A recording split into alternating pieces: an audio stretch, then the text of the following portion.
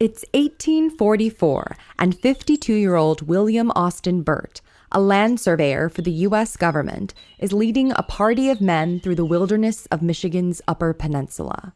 The goal of this trip is to finish surveying the land north of the headwaters of the Manistee River. Burt is an expert in his field, a seasoned surveyor, but things are not going according to plan. First, it's late September in Michigan, and the weather is terrible.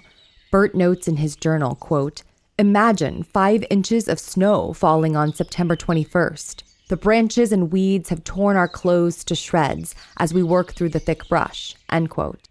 And he complains about the swarms of biting black flies that have descended upon the men.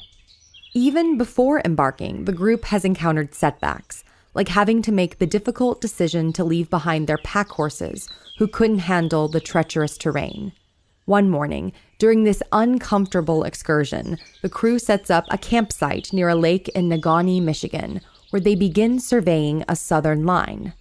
A couple of them use machetes to hack their way through the brush, as Burt and the compassmen follow behind.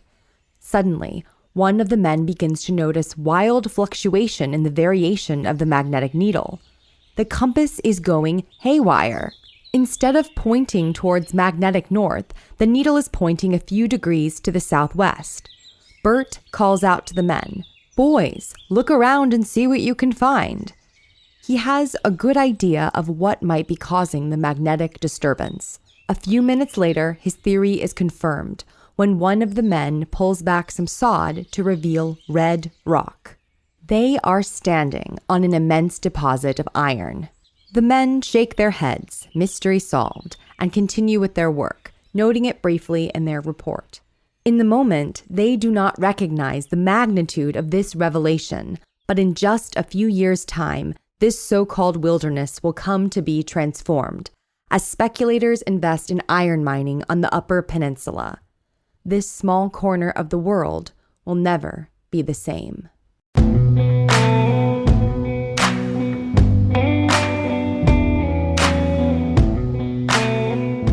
You're listening to Extraction, the story of U.S. Steel's insatiable demand for human and natural resources, and the people and places that supplied them. I'm your host, Chie Togami, and this is Part 1, Ore. Before we get rolling today, I wanted to take a moment to say a few words about this podcast, which is the culmination of a public history project examining the history and legacy of the United States Steel Corporation.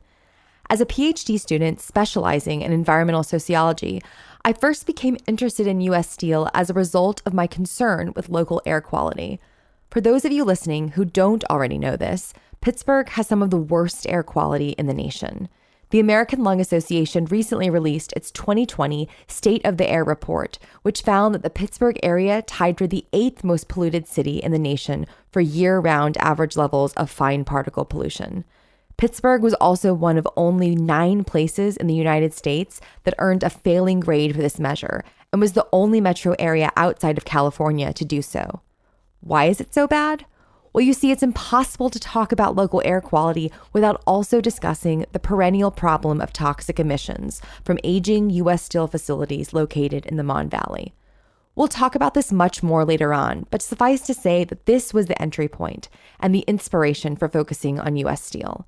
And for the past several months, I've spent hours wading through numerous historic and contemporary sources that document the history of this gargantuan corporation with a footprint that spans the globe. And as I dug into these records, I came across all these other stories of indigenous people, enslaved people, immigrants, workers, people, and places that figure deeply into U.S. Steel's legacy, even though they are frequently overlooked. And telling these stories, although I may never be able to fully do them justice, is what this 3-part podcast is about. I hope you'll stick with me over these next few episodes. And as always, thanks for listening. Into such a center of activity, the raw materials are poured from train and ship. Thousands of tons of coal for the blast furnaces, mountains of iron ore, and vast quantities of limestone, ore from which the iron is to be melted. Coke, to provide an intense heat in the base of the furnace as a superheated air blast passes through it. Limestone to flux. The story of steel begins with its constituent parts: iron ore, coal, and limestone. In this segment, I'll focus on the first two, and I'll begin by saying, full disclosure, I am not a chemist, and the word alloy didn't mean much to me a few months ago until I began learning more about steel, which is arguably one of the most important alloys ever developed. For those of us who don't recall 6th grade science, a metal alloy is a substance created by mixing metals with another component, either another metal or a non-metal substance. And at the risk of very much oversimplifying the process, alloys are generally created by melting multiple substances, mixing them together, and then letting them cool to the point where they become a solid material. During the Iron Age, which dates from around 1200 BC to 550 BC, people across much of Europe, Asia, and parts of Africa began using iron ore to make tools and weapons, all the while continuing to develop more sophisticated methods of creating an alloy with fewer impurities. Fast forward to the 19th century, and there were two major innovations that revolutionized steel production. These were the Bessemer converter process, an invention of Henry Bessemer in 1856, which allowed more oxygen to pass through molten metal, thereby creating a more pure iron. and then there are the open hearth. And the open hearth process, which was pioneered in the 1860s by a German engineer, Carl Wilhelm Siemens, and relied on heated brick chambers below a hearth to burn off excess carbon and other impurities. Together, these two innovations in the steel production process eventually made it possible to mass manufacture cheaper and higher quality material. This development did not go unnoticed by big-time capitalists of the late 19th century, including individuals such as Andrew Carnegie, Charles Schwab, J.P. Morgan, John D. Rockefeller, and others who we'll come back to in a moment. But before we do, let's talk about the origin of one of steel's most critical inputs, iron ore. Iron is an abundant substance estimated to make up 5% of the weight of the Earth's crust. A perhaps little-known fact is that one of the most common natural sources of pure iron is meteorites that have landed on the Earth's surface. The majority of iron ore, however, is found in less pure forms in various sedimentary rock formations. For the past century, the Lake Superior region, which encompasses parts of Minnesota, Michigan, Wisconsin, and Ontario, has been responsible for supplying the vast majority of iron ore used to manufacture steel in the United States.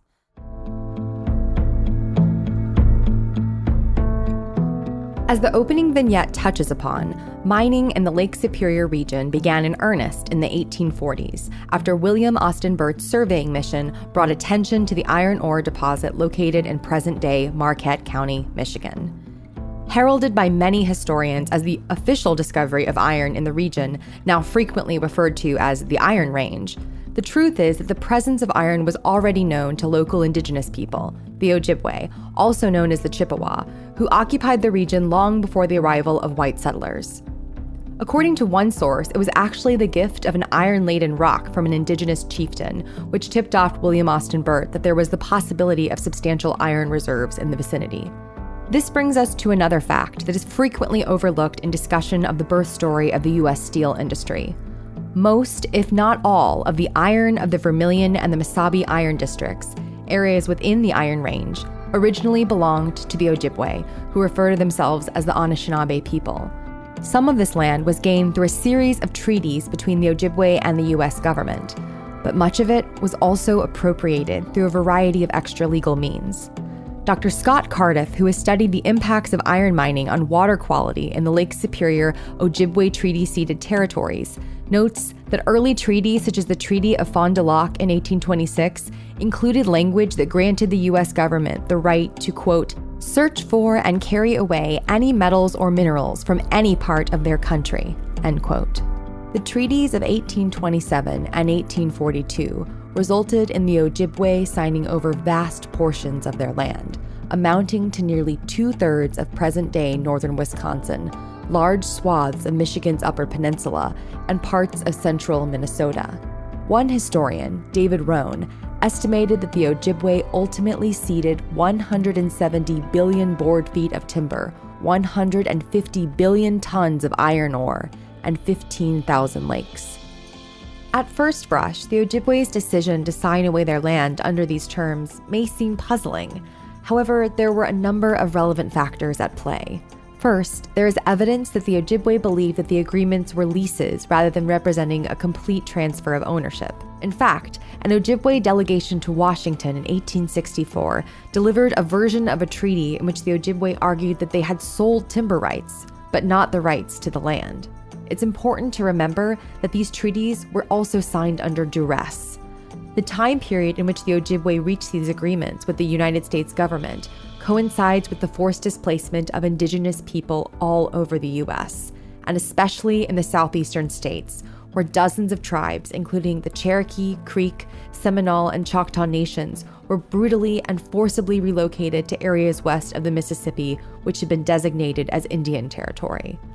Thus, with this implicit threat of violent displacement hanging in the air, and with the inclusion of modest concessions from the U.S. government, which allowed the Ojibwe people to maintain some hunting, fishing, and gathering rights on the land, it becomes easier to understand why the Ojibwe ultimately ratified these treaties. Today, the Ojibwe continue to fight for the proper recognition of their treaty rights against the encroachment of mining companies, whose operations continue to spoil and degrade the landscape. Extensive mining for over a century for iron, copper, and other metals has turned many landscapes in the Lake Superior region into tailings, waste rock piles, and open pits, and resulted in the contamination of waterways, which among many things threatens the Ojibwe's treaty rights to fish. Over the years, the release of sulfates as a result of iron mining has led to the contamination of wild rice beds, which has disrupted the traditional annual harvest of wild rice, called manomin. In 2015, the Bad River Band of the Lake Superior tribe of Chippewa Indians successfully sued to stop a mining company from developing what would have been the world's largest open-pit mine in the remote Pinocchio Hills of northern Wisconsin. This mine would have been for taconite, a low-grade iron that requires heavy processing before it can be smelted. To stop this mine and preserve the integrity of threatened critical wetlands, the Bad River Band had to face off with the Koch brothers, the then Wisconsin Governor Scott Walker, and the mining industry. However, even with this recent victory, the battle seems never ending, and as recently as 2020, a number of tribal communities and environmental advocacy groups have been fighting against a proposed copper mine in Minnesota, which would be sited on 19,000 acres spread across the headwaters of the St. Louis River. If plans go forward, the waste from this mine would threaten vast areas of forest, wetland, air, and water resources, in addition to cultural sites and other treaty-protected resources. The fight continues. Stepping back again in time, news of iron reserves in the Lake Superior region fueled a huge mining rush during the mid to late 1800s, which resulted in ramshackle mining towns popping up seemingly overnight. Before long, the Iron Range attracted the attention of American industrialist Andrew Carnegie, a so-called self-made man whose investments in railroad stock and western Pennsylvania oil development made him extremely wealthy by the age of 35. Carnegie, the son of poor Scottish immigrants, has been portrayed as the ultimate American rags-to-riches story. However, it's important to note that while he started out poor, he didn't necessarily get rich ethically or by following the law.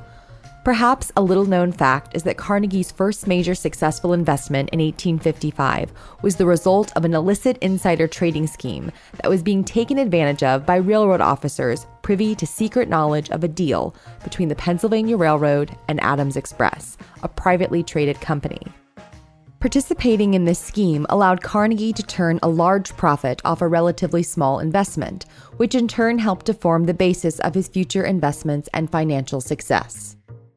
Fast forward several decades, and in 1892, Carnegie founded the Carnegie Steel Company, whose holdings included places like the Edgar Thomson Mill in Braddock and North Braddock, PA, and the Homestead Works, which was originally located at the town of Homestead on the Monongahela River. In 1901, Andrew Carnegie sold Carnegie Steel along with its properties and subsidiaries in a colossal deal that also involved prominent capitalists like J.P. Morgan, Elbert Gary, and other investors. John D. Rockefeller was also brought in by necessity, as his company, the Lake Superior Consolidated Mines, owned most of the iron ore on the Mesabi Range in Minnesota, along with 56 ore-carrying vessels. The result of this deal was the incorporation of the United States Steel Company. U.S. Steel was America's first billion-dollar company, an amount which translates to $43 billion in today's dollars. And just in case, if like most people, you have trouble conceptualizing $1 billion, let's do a quick thought experiment. At what rate would someone have to be earning money to make $1 billion over the course of a 40-year career? The answer might shock you. I did the math, and not accounting for inflation, a person working 40 hours a week would have to earn a rate of $12,000 an hour for 40 years to reach $1 billion. But anyways, back to what we were talking about before. The creation of the U.S. Steel Corporation was nothing short of a coup for these wealthy capitalists. However, this merger translated into few, if any, benefits for the majority of people toiling at every level within U.S. Steel's sprawling empire. On the iron ranges up north, miners, many of them recent immigrants from Italy, Finland, and Croatia, faced ethnic discrimination, low wages, and long workdays. There's no disputing that work in the iron mines was dirty, dangerous, and backbreaking. One Finnish worker from this period described his first day in the mine as a foretaste of hell, writing, quote, "My legs threatened to give way and my body became limp. When lunchtime came, my food did not go down, my eyes saw dizzily, and my heart pounded violently. As we rode the cage to the surface after the shift was over, my partner showed me his gnarled, rust-eaten hands and remarked, 'When your paws are like these, you'll be able to stand the grind,' end quote." Far from their families, support systems, and often unable to communicate in fluent English, immigrant workers were extremely vulnerable to exploitation by U.S. Steel. One example of this was the implementation of piecemeal payment schemes that rewarded workers solely for the amount of ore they mined rather than hours worked. You see, in those days, the contract rate was set for each man by their mining captain, who was supposed to take into account estimates of the quantity of ore and the difficulty of access in each particular mining location. These contracts were frequently abused, with mining captains extorting workers for bribes in exchange for work assignments at better locations. Anger and resentment over unjust treatment by their mining bosses resulted in workers' attempts to unionize. When it came to organizing labor, the Mesabi Range had the advantage of a large presence of workers from Finland, who brought with them a familiarity with socialist and labor movements that had already taken off in their home country. It was Finnish workers who invited the Western Federation of Miners Union to organize the workers of the Mesabi. This partnership eventually culminated in the Mesabi strike of 1907, which involved over 16,000 miners. In this case, the workers held strong for 2 months as U.S. Steel employed thousands of strikebreakers and enlisted special deputies. Eventually, however, the strike failed, and more than 200 people were laid off in retaliation when the workers eventually returned to the mines. Blamed for instigating the labor movement, Finnish workers were hit the hardest, and many were blacklisted, preventing them from ever finding work again in the Mesabi mines. The fallout from this strike had lasting impacts on the ethnic composition of the Mesabi labor force, with Finnish workers making up 18% of the mining force prior to the strike, but only 8% afterwards. For 9 years, things were relatively quiet on the Mesabi, but as unjust treatment persisted, miners grew ready to fight back again. On June 3, 1916, labor took another stand against U.S. Steel when a Czech worker, Joe Greeny, inspired 40 of his fellow miners to walk off their work site at the St. James Mine in Aurora, Minnesota. 2 weeks later, striking miners gathered in the town of Virginia in Minnesota and put together a list of demands that included better pay and fairer contract terms that abolished things such as forced overtime work. Within just a few more weeks, other mines began closing as the strike spread rapidly through the Mesabi. The response of Oliver Mining Company, a division of the U.S. Steel Corporation, was swift and brutal. In retaliation, Oliver Mining Company began working with local police and federal immigration officials to get labor leaders, many of whom were immigrants, imprisoned on trumped-up charges. In one particularly ridiculous case, a striker was knocked out cold by a fellow worker that he had been attempting to persuade to join the picket line. The unconscious striker was then picked up by police and taken directly to the local courthouse, where he gained consciousness only to be promptly arraigned for assault and illegal picketing, and given the choice to pay a $100 fine, roughly $2,400 in today's money, or spend 90 days in the county jail. Another tactic used by U.S. Steel to break the miners' strike involved orchestrating an end to miners' ability to use credit to purchase groceries and other essential goods in local stores. Because miners were typically paid only once a month, workers and their families relied heavily on this store credit. When the workers tried to set up their own cooperatively owned store, U.S. Steel made certain that no wholesalers would supply them. Eventually, the intimidation, acts of violence on behalf of the company, and financial pressure on the workers and their families became too much, and participation in the Iron Range strike of 1916 began to wane. 3.5 months after the strike began, it officially ended on September 17, 1916. To this day, the strike of 1916 remains one of the largest labor conflicts in Minnesota history. We'll hear more about later attempts by workers to confront the U.S. Steel Corporation in parts 2 and 3 of this podcast. But for now, we turn, as promised, to a look at some history around steel's second critical ingredient, coal. As someone born and raised in the state of Kentucky, coal is a substance that I grew up hearing a lot about. I watched the local PBS station as a kid, and I can remember a short animated video about coal that would play before almost every episode of Sesame Street and Arthur. In hindsight, it was bordering on coal company propaganda. In it, the narrator cheerfully explains that coal is made up of the remains of plants that died millions of years ago. In boggy areas, this decaying plant matter was transformed into peat, and then, as it was compressed and heated through natural geological processes, that peat, ta-da, turned into coal, a shiny black rock that can be burned at power plants to produce the energy that lights our homes. So simple, so great. It was the 90s, and even though climate change was known, truth-telling about the world's dangerous levels of fossil fuel consumption was not yet truly part of public discourse, much less making the rounds on children's television. But I digress. For U.S. Steel, coal was as necessary a component for steelmaking as iron ore itself, and so the company made it a priority to secure coal land and mining operations so that they could be sure to procure quantities large enough to feed the insatiable appetite of the steel blast furnaces. The first annual report to shareholders of the U.S. Steel Corporation reports the extent of the company's coal mining interests. York Run Mine, Schoaf Mine, Bittner Mine, Buffington Mine, Continental No. 1 Mine, Central Mine, Crossland Mine. In 1907, the United States Steel Corporation acquired the Tennessee Coal, Iron, and Railroad Company, also known as TCI, which along with several steel mills had a number of large coal mining operations in the coal fields of Alabama. In addition to supplying critical quantities of coal, TCI is remarkable for another reason.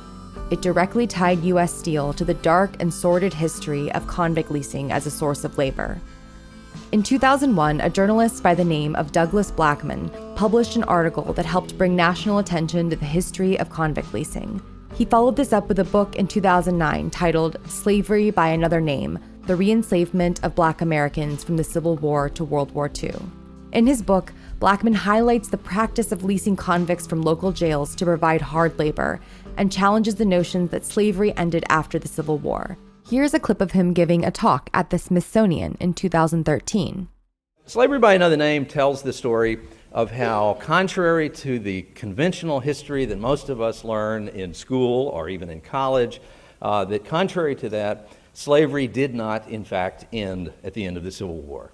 And that this fundamental American element of American mythology, that Abraham Lincoln successfully freed the enslaved Africans being held on plantations across the South, those 4 million people, the idea that they were successfully freed from slavery and that slavery as an institution disappeared from the landscape of the South and of America is a fundamentally flawed notion.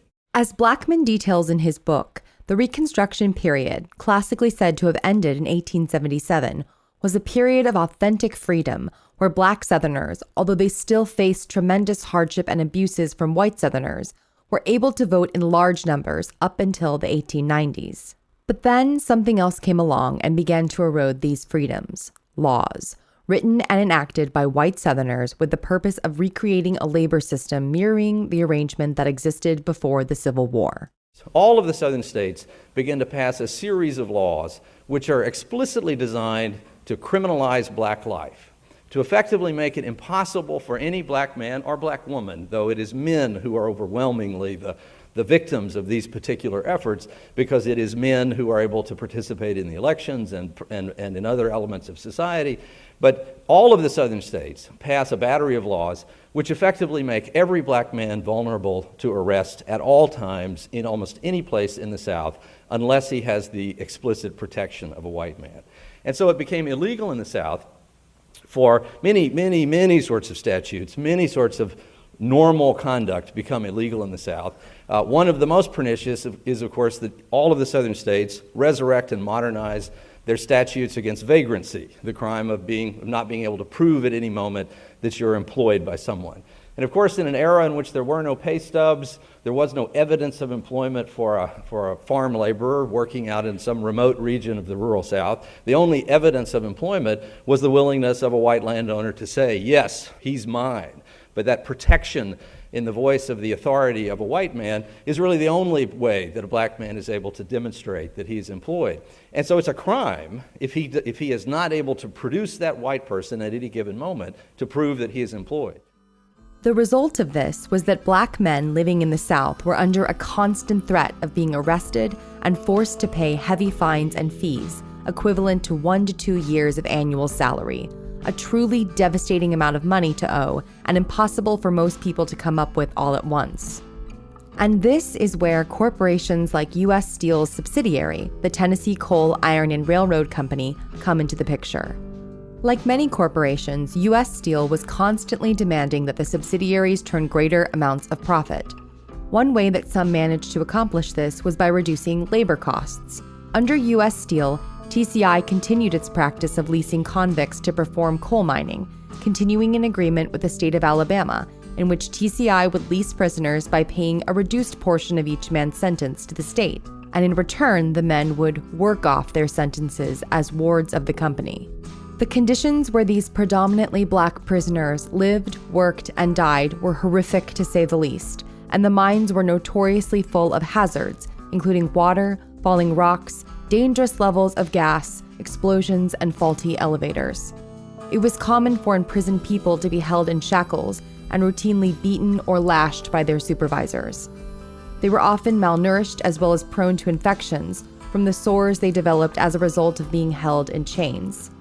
Under these abhorrent conditions, it is not surprising that hundreds and hundreds of these men died before their sentences were up, either from disease, abuse, or as the result of mining accidents, like the Banner Mine disaster, an explosion that occurred on the morning of April 8, 1911, that claimed the lives of 125 people leased to the mining company by the Alabama State Prison. It was not until 1928 that convict leasing, in this specific form, was finally abolished in the United States, with Alabama being the last state to do so. I would be remiss if I did not mention the fact that prison labor still persists to this day, albeit in other forms, with incarcerated people partaking in manual work inside and outside prison walls. One type of prison labor that has gained national attention recently involves inmates being used to fight fires in California. Many of these inmates, who risked their lives alongside free firefighters, were paid as little as 37 cents per hour. To learn more about the state of prison labor in the United States, one resource you can check out is the series of reports by the Marshall Project at themarshallproject.org. As the result of Blackmun's investigative reporting on convict leasing, in 2001, U.S. Steel publicly acknowledged that their company used forced labor, particularly in coal mines, during the beginning of the 20th century. This admission stopped short of being an apology, however, and was tempered by comments from executives who insisted that their forebears were largely unaware of the situation, and that it would be wrong to judge the company based on actions from the early 1900s. What do you think? What would appropriate reparations for U.S. Steel's impacts on people and land look like? Please leave a comment or send me an email at extractionpodcast@gmail.com.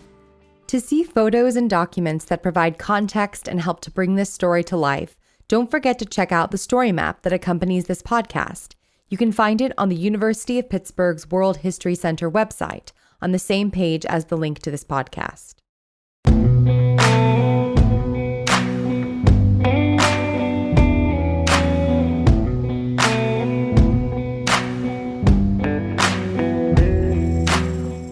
been listening to Extraction. Tune in for the next episode titled Steel, in which we delve into the U.S. Steel Corporation's deep connections to Pittsburgh, as well as people and places all over the globe. Support for this podcast was provided by the University of Pittsburgh's World History Center. Also, I want to say a big thank you to GASP, the group against smog and pollution, who has generously agreed to host these episodes on their web platform. Please note that the research and opinions expressed here are my own, and those of the people I interviewed, and do not necessarily reflect the official position of any organization or entity.